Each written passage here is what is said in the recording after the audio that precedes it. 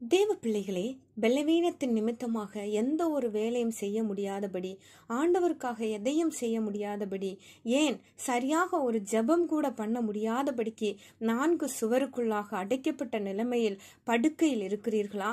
இனி நான் இந்த இடத்தை விட்டு வெளியே வர முடியுமா?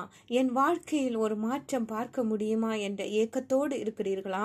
உங்களை பார்த்து கர்த்தர் மல்கியா 4:2 இவ்வாறு சொல்கிறார், ஆனாலும் என் நாமத்துக்கு பயந்திருக்கிற உங்கள் மேல் நீதியின் சூரியன் உதிக்கும், அதன் செட்டைகளின் கீழ் ஆரோக்கியம் இருக்கும். நீங்கள் வெளியே புறப்பட்டு போய் கொழுத்த கன்றுகளைப் போல வளருவீர்கள்.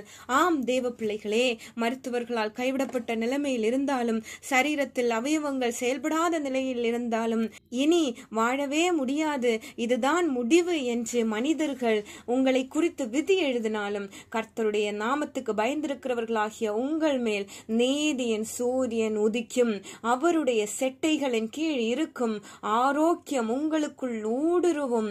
அப்பொழுது இனி வெளியே ஒருபோதும் வர முடியாது என்ற நிலைமையில் இருக்கும் நீங்கள் வெளியே புறப்பட்டு வருவீர்கள். கொழுத்த கன்றுகளைப் போல வளர்ந்து கர்த்தருக்காக சாட்சியாக உலகம் முழுவதும் வாசனை வீசுவீர்கள். ஆமென். நாம் ஜெபிக்கலாமா?